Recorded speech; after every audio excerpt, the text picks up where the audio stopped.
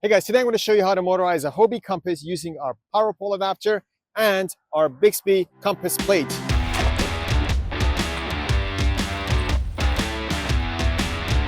Since the Hobie compass is not power pole ready, what you will need is a conversion plate like this. So we do sell this conversion plate on our website. This conversion plate is going to screw onto the back of your compass and allow our power pole plate to bolt on top of it. So we're going to go ahead and install that plate. Then we'll be able to get our power pole plate on top of that plate. So you'll notice your compass is going to have 4 attachment points. I've removed these caps off of the 2 near your rudder plate, and then you've got your other 2 right underneath this handle. So we're going to open this handle, and that's going to give us 2 additional inserts where we can mount our plate onto. So we're going to go ahead and put that plate in there. Now, all the nuts and bolts you'll need are going to ship with your plate when you purchase it from us. So you'll have all of this in the package. So we're going to go ahead and start from the top and bolt this plate down very simply.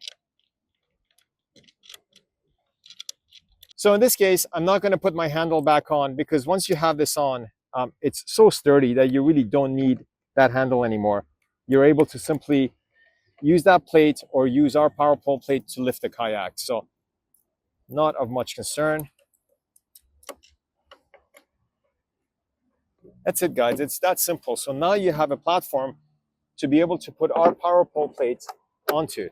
So we're going to grab our power pole plate, and you don't need really any tools for this except that small Allen key that ships with the nuts and bolts. So we're going to put our power pole plate right there.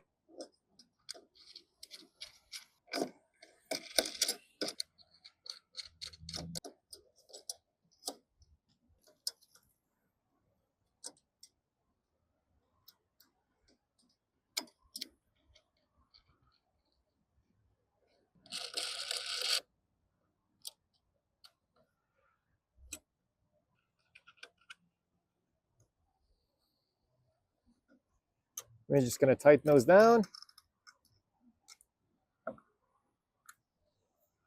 And like I said, guys, once this plate is on here, it is so sturdy that you'll be able to pick up this kayak using that plate if you wanted to, or even using the plate underneath.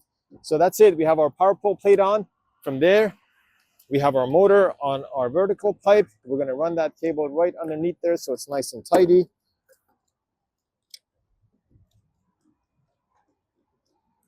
And our vertical pipe is very simply put on here with these 2 gnarly bolts.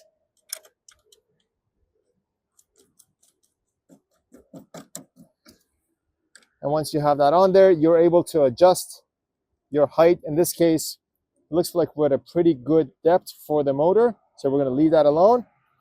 It does click into that reverse clip. I do have this locked down because I do have a rudder on this compass that I'm going to use for steering. But if you did want to use our pole steering or other steering methods, you can remove this pin and you're also able to turn that motor 180 basically. So again, in this case, I'm going to lock it down and I'm going to use my rudder for steering. We are going to attach our pull-up cord to this and run it to our seat. So you'll be able to lift that motor out of water when you're coming in and click it back in when you're out. And in case of accidents, if you hit something, the motor will come loose. Oops, that's it. All right, so we're going to run this to our battery 378 that's sitting in the back.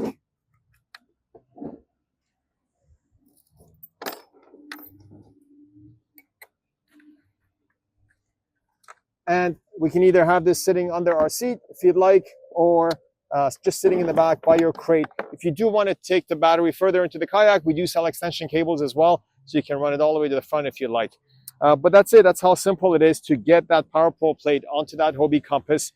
You can remove everything within a couple of seconds. And if you want to leave that plate on there and just take your motor off, again, it's those 2 gnarly bolts. That's it. Let's get this on the water and see how that works.